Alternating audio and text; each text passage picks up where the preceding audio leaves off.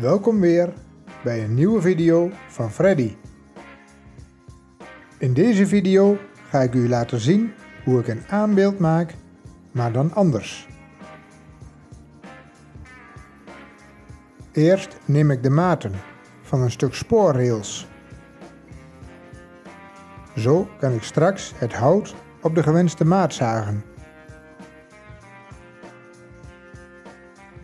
Hiervoor gebruik ik een goedkoop stuk plaatmateriaal. En dat is eigenlijk alleen ter illustratie in deze video. Eerst de groef verwijderen zodat de plaat recht is.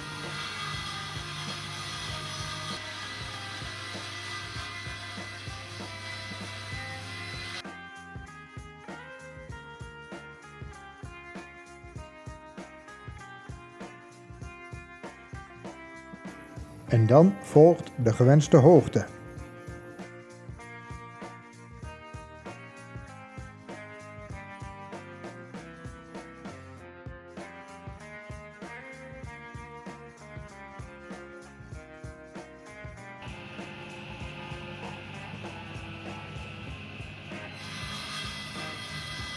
U ziet hier rechtsonder in beeld de rolbok waar het plaatmateriaal nu overheen rolt. Deze heb ik zelf gemaakt en ook daarover zal ik binnenkort een video maken.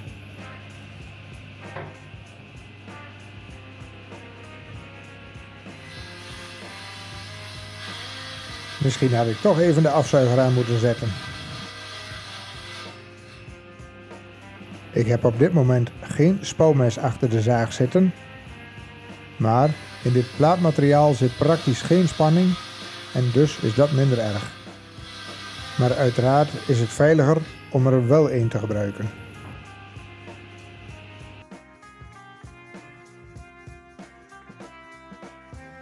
En dan de plaatjes afkorten op de afkortzaag.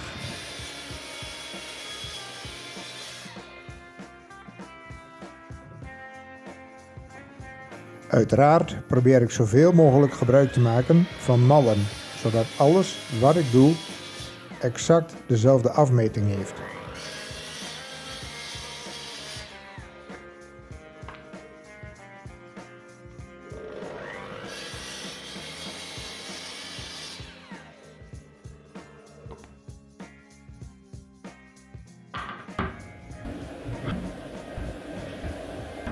De plaatjes zijn op maat en nu kan het feest beginnen.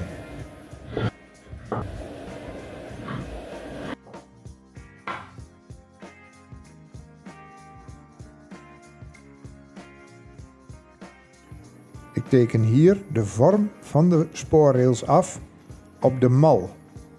Dit plaatje zal ik dus gebruiken als mal voor het frezen van de rest van de plaatjes. U ziet dat ik links de bovenkant van de rails precies gelijk laat lopen met de bovenkant van het plaatje. Daardoor heeft het aanbeeld straks zowel boven als onder voldoende steun en zal het veel stabieler zijn. Er zijn meerdere video's op YouTube te vinden over dit project. Alleen zult u merken dat er steeds verschillende inzichten zijn.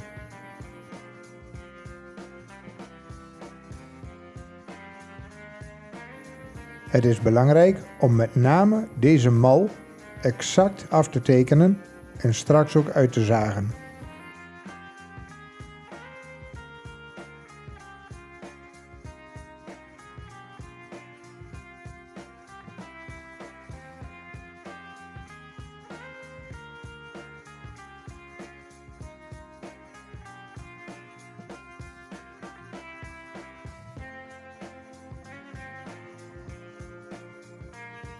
We draaien het metaal nu om en zoals u ziet is de vorm boven en onder nagenoeg gelijk. En ook nu is het zo dat straks de boven- en de onderkant weer voldoende steun hebben.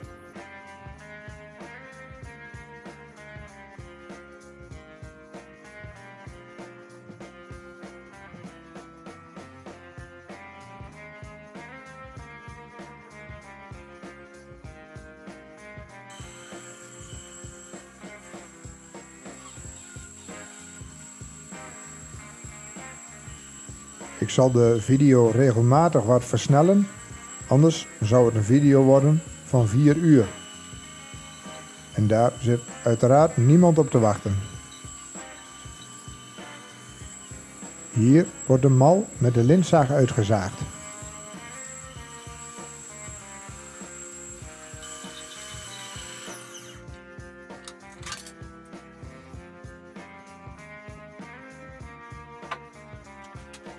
En nu passen. Ik heb de spoorrail bewust roestig gelaten. U zult straks zien waarom ik dat heb gedaan.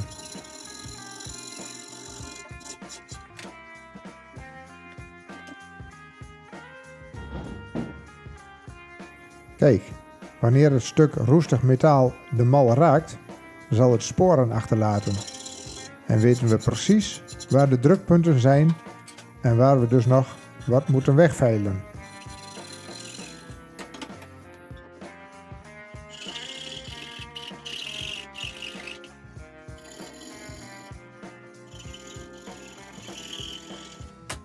En zo kunnen we heel precies werken.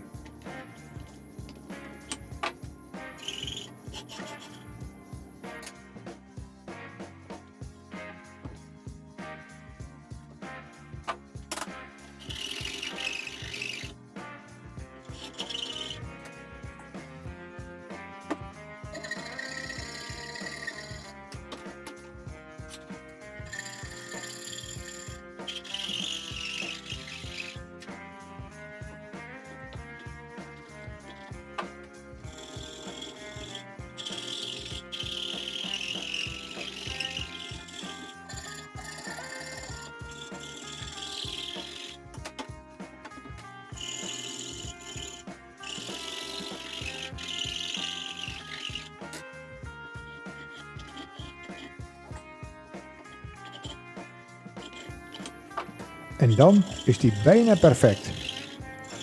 Nog iets speling geven.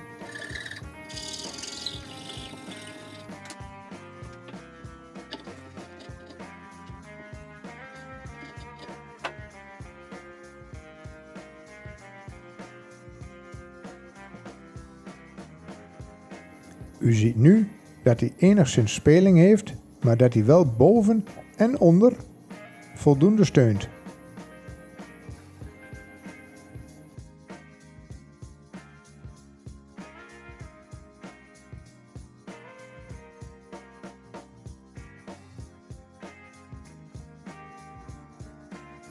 En dat geldt ook hier.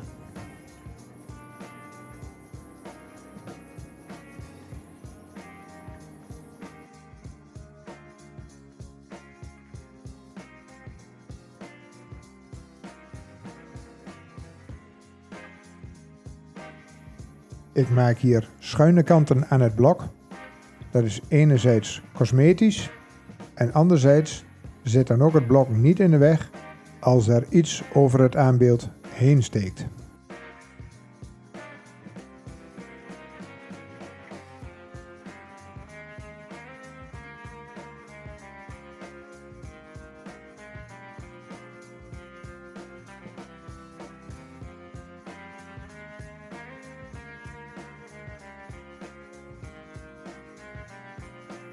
Ook daarvoor heb ik een mal gemaakt.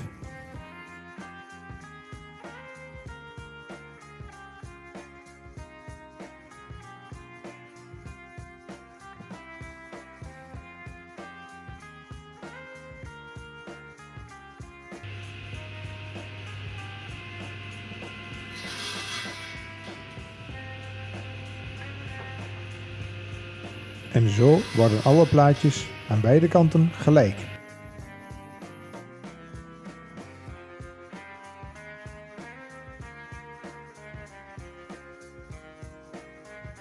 Om de vorm in alle plaatjes exact gelijk te frezen, heb ik dit gemaakt, zodat de freesmal, maar ook het te frezen onderdeel op hun plaats blijven.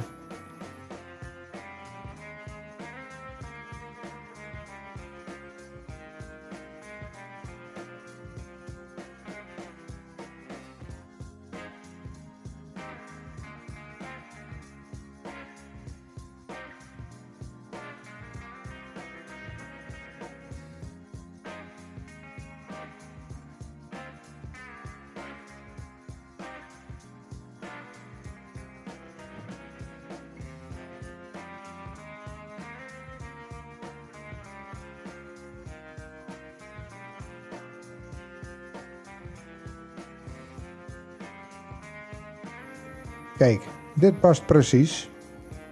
En hij steekt boven de mal uit, zodat we daar straks met het frezen geen last van hebben.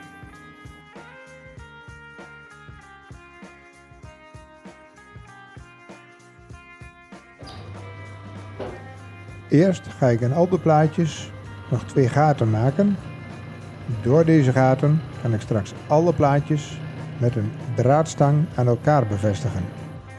En ook om het unieke idee van mijn uitvoering te laten werken. Maar daarover meer aan het eind van de video.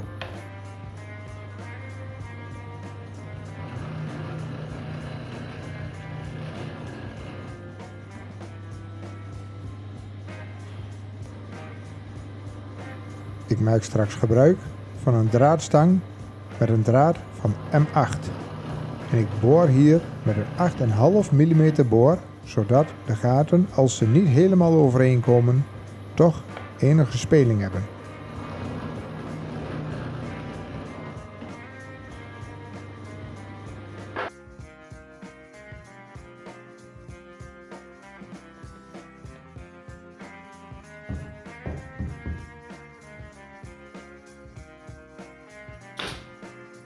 Ik niet hier het te frezen deel wel enigszins vast op de ondermal. Omdat het hele middengedeelte wordt weggevreesd, zal de kracht van de frees de neiging hebben om het laatste gedeelte naar binnen te trekken en zo een onzuiver product af te leveren.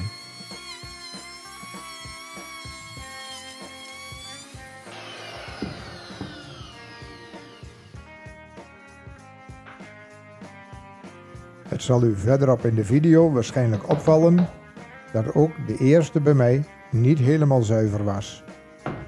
Ik gebruik hier een frees met een lager aan de onderkant die precies de contouren van de mal volgt, waardoor het eindresultaat exact gelijk wordt.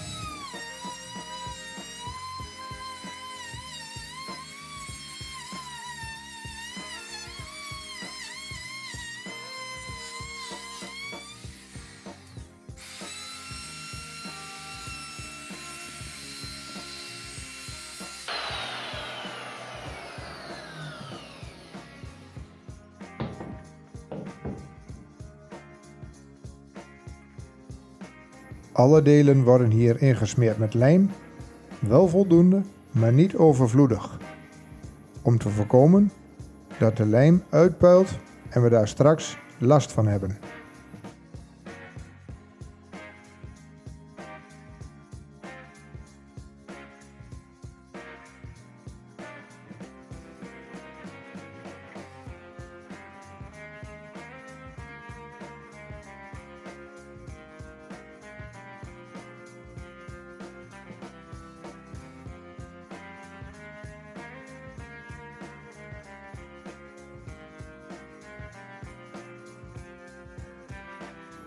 De aandachtige kijker is al iets opgevallen. Maar, zoals beloofd, daarover straks meer.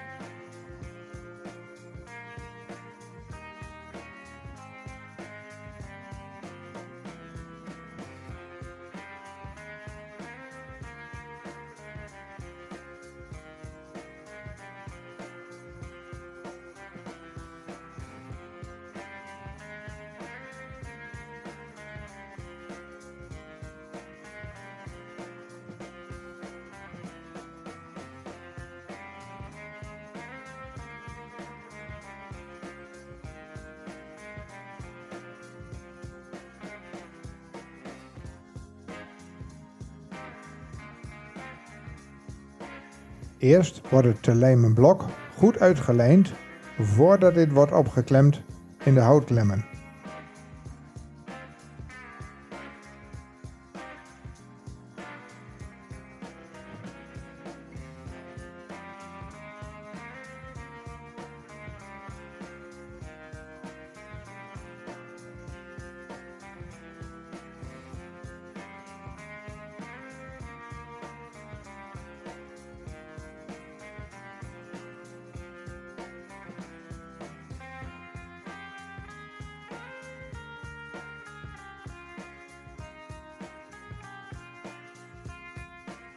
Ik ga in de nabije toekomst meer van dit soort video's delen, omdat ik weet dat er een groot aantal mensen zijn, wereldwijd, die dit interessant vinden.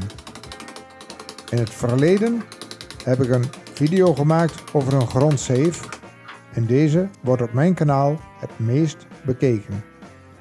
Een link naar die video verschijnt nu rechtsboven in beeld. Dit zal niet allemaal over houtbewerking gaan, maar over uiteenlopende onderwerpen.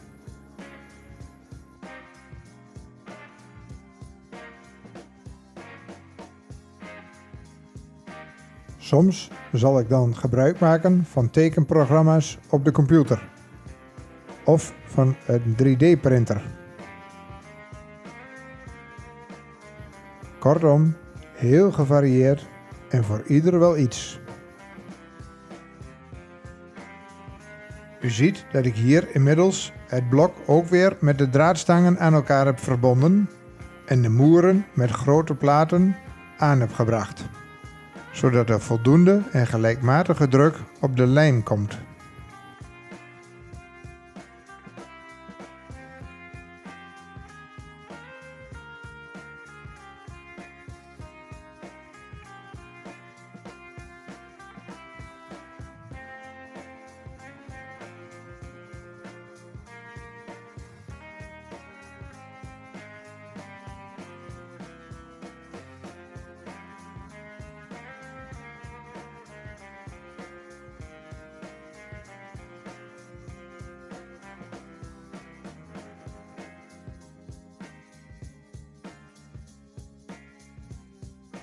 Na een laatste controle toch nog even een kleine correctie aangebracht, zodat het blok helemaal gelijk van afmeting wordt. En nu kan die een nachtje drogen.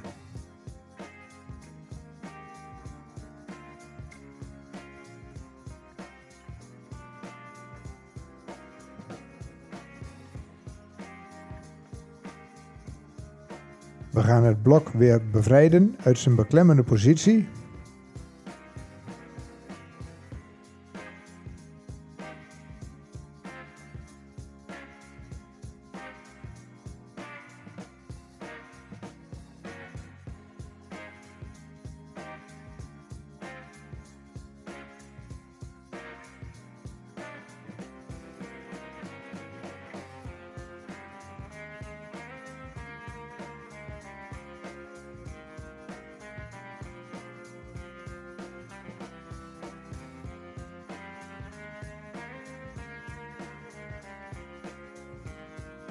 Het geheel kan weer tijdelijk uit elkaar.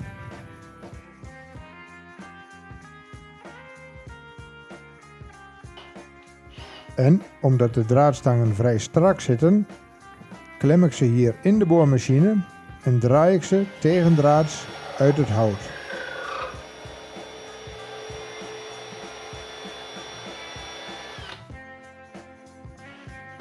Dit werkt eenvoudig en het beschadigt niets.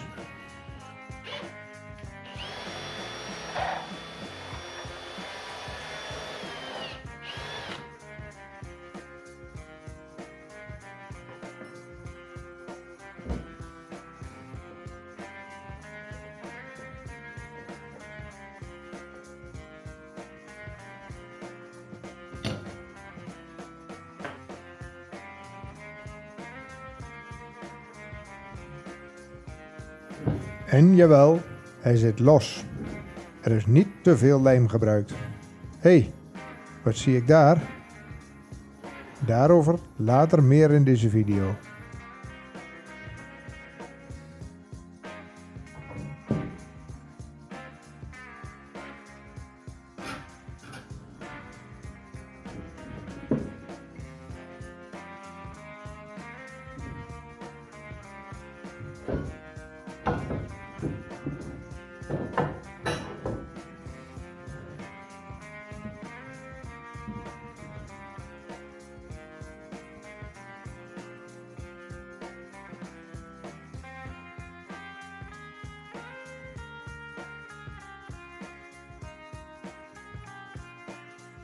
En weer gaan we alles aan elkaar verbinden.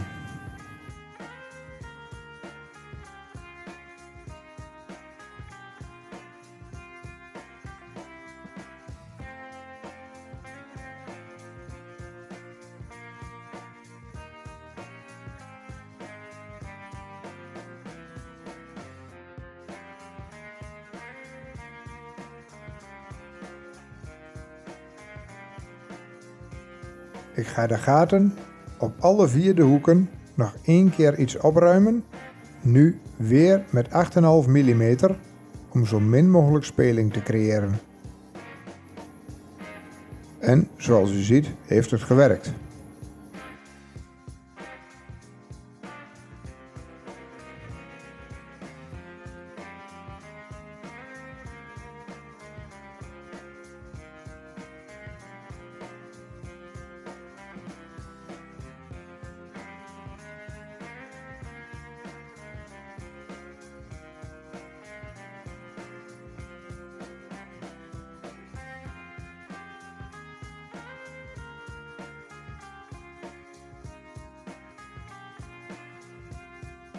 En wat vindt u trouwens van de kleur van mijn werkplaatsmeubelen? Plaats maar een opmerking in de commentaren onder de video.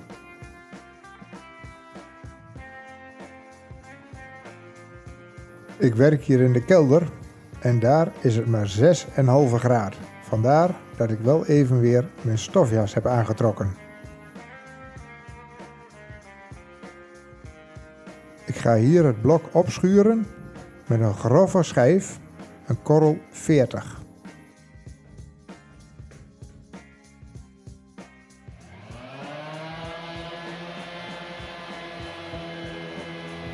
Doordat alles aan elkaar verbonden is, blijft het mooi in geheel en omdat het metaal erin aangebracht is, blijft het blok ook mooi liggen.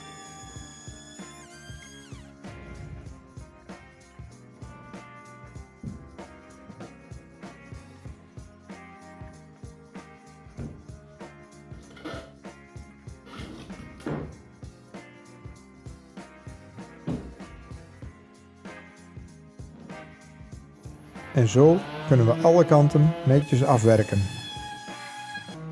In het midden van het blok ziet u het eerste freesresultaat.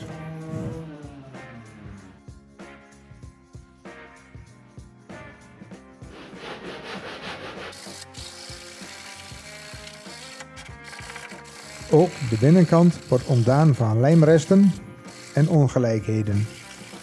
En zo creëren we ook weer iets meer speling, zodat ons aanbeeld iets makkelijker in het blok verdwijnt.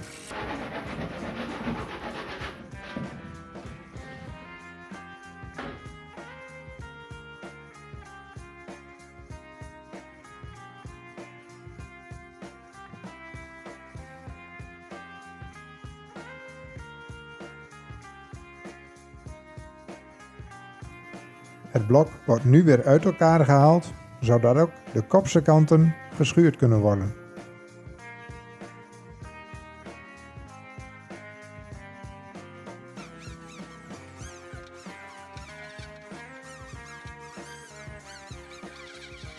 Als alle randen enigszins aangeschuind zijn, kan het blok straks makkelijker naar binnen glijden en zal het nooit ergens tegenaan lopen.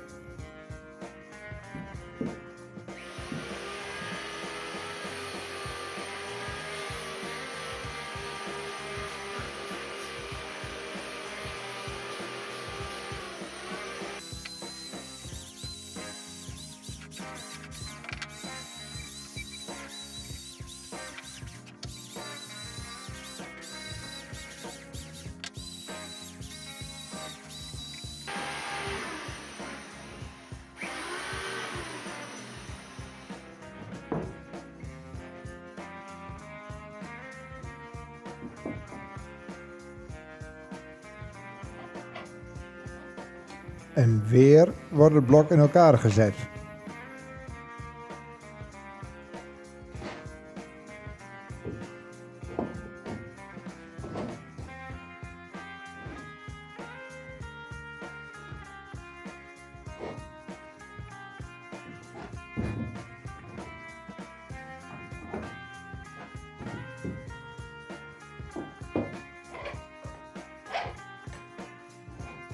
Jawel, nog steeds 2 delen. Ik ga hier door middel van 2 schroefjes een klein merkteken op de blokken aanbrengen, zodat wanneer de blokken aan elkaar worden bevestigd, zij altijd op dezelfde manier tegen elkaar aankomen.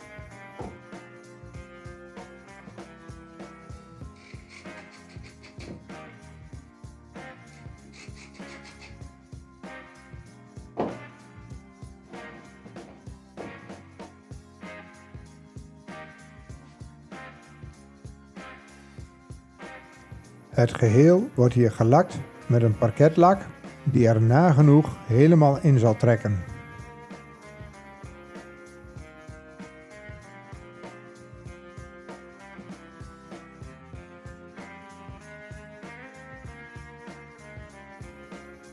Dit heeft 2 dagen moeten drogen, omdat de temperatuur in de kelder uiteraard erg laag was en ik de volgende dag het blok naar buiten heb gezet. En dat ging aanzienlijk beter.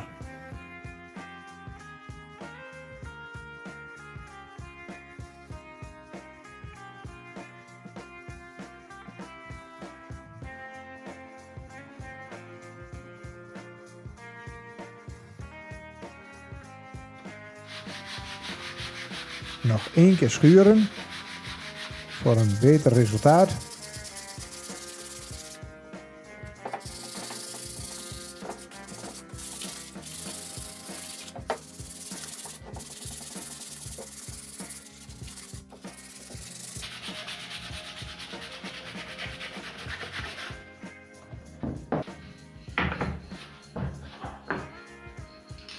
En een dunne laag laatste lak.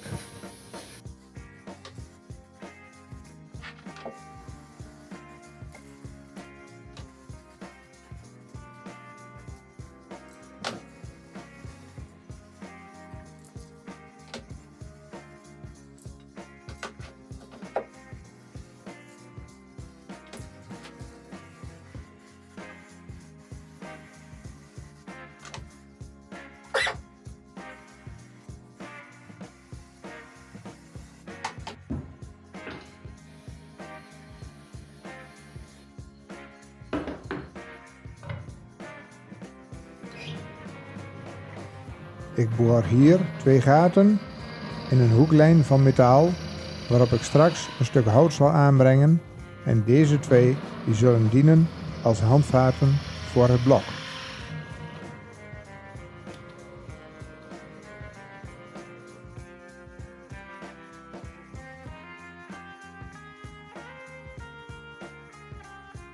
Kijk, daar zijn de schroefjes die als merkteken dienen.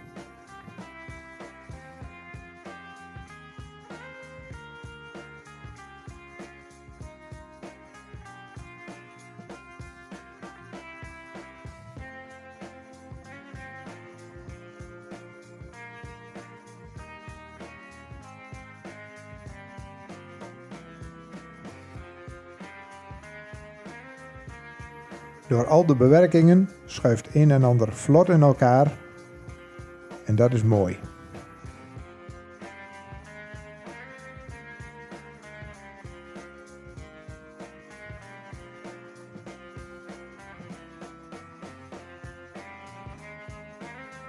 Met de handvaten sluiten we ook gelijk het stuk spoorrails op, zodat dit niet kan gaan schuiven.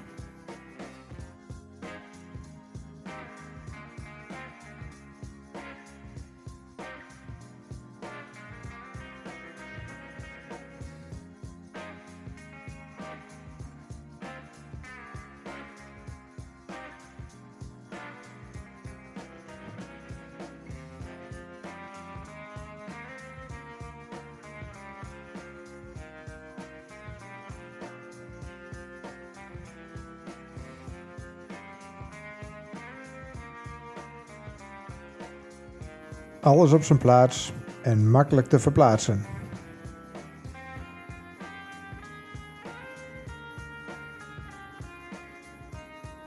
Kijk, de eerste slagen zijn een feit.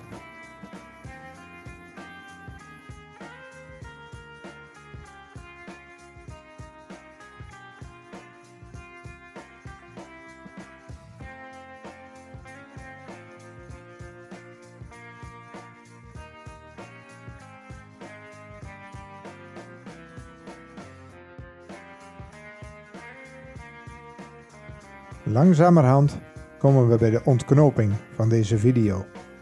Een aanbeeld met een twist.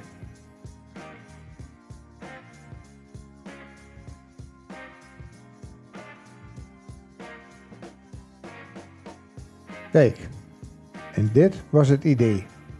Ik had een flink stuk rails gekocht en mijn schoonzoon was zo vriendelijk om dit voor mij op verschillende lengtes te zagen.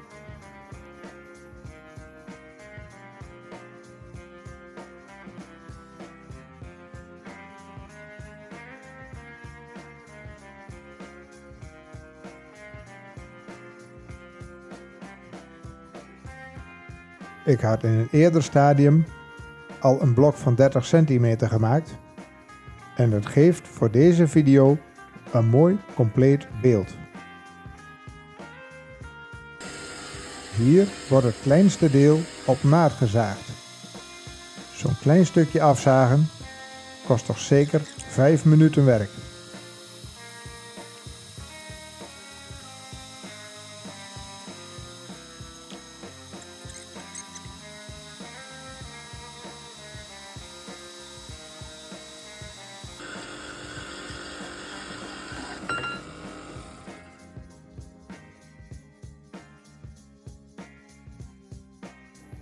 En dit is dan het eindresultaat.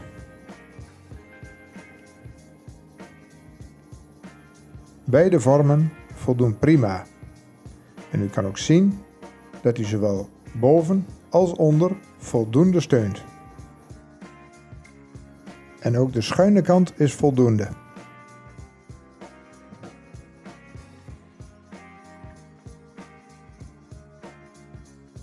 En zo komen we alweer aan het eind van deze video.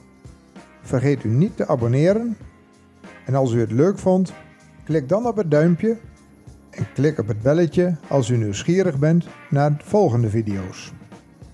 Voor nu bedankt voor het kijken